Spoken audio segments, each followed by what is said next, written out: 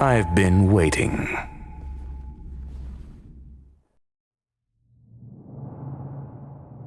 Fallout from this incident remains. Surely you have plenty of pressing matters to attend to. Or is the safety of the space station beneath your concern? Answer: that is exactly why I came. After all, the principal figure in this whole affair is right here. When did you start to doubt me? When one is immersed in academic research, skepticism comes far more naturally than belief. I've had the same bad habit as you since the beginning, Mr. Ratio. I must say I'm quite honored, Mr. Screwllum. But do explain, why opt for silent wisdom when you already had the pieces of the puzzle? For curiosity's sake. Affirmation. I made the same decision as you, to accompany and observe. Oh, and when did you become convinced? Objectively speaking, aside from some minor spiritual trauma, no researchers were hurt in this attack, which never aligned with the Annihilation Gang's modus operandi. Logic? A third party saved them. Had I not fortuitously acquired a spark of the phase flame and intervened in Duke Inferno's teleportation, those people would already be space waste, floating past the windows here. You are more candid than I calculated. But still behaving within your calculations, no?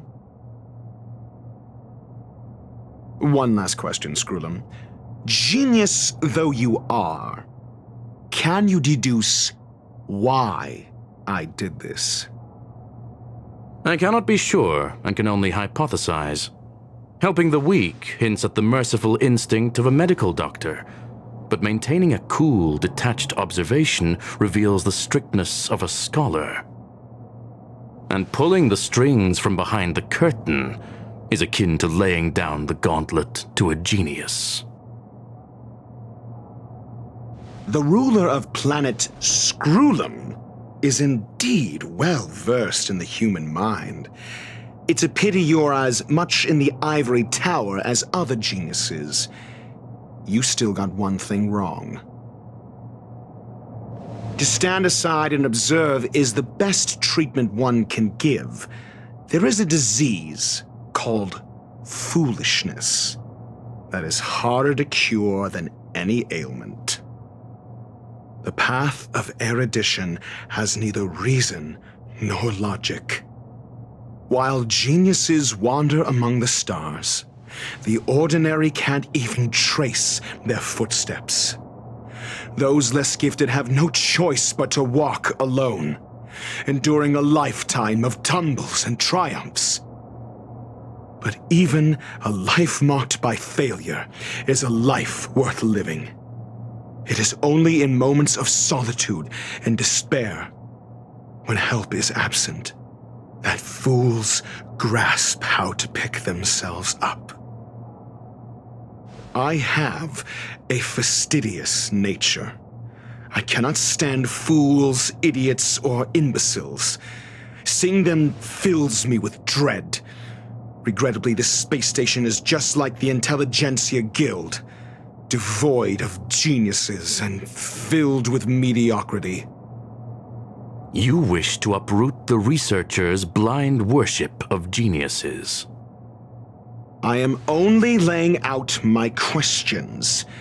As for the answers, they'll find them themselves.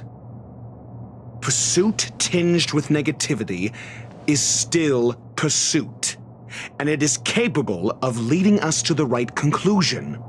For the masses of the mediocre to reach a level of awareness, this is a necessary rite of passage.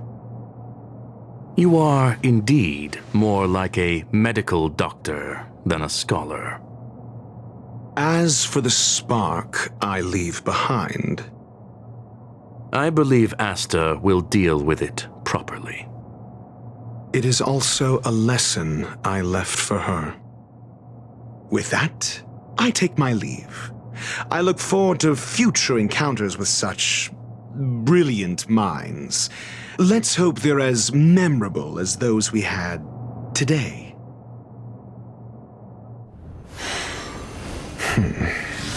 A farce full of trivial concerns. Ultimately, they're just mediocre minds.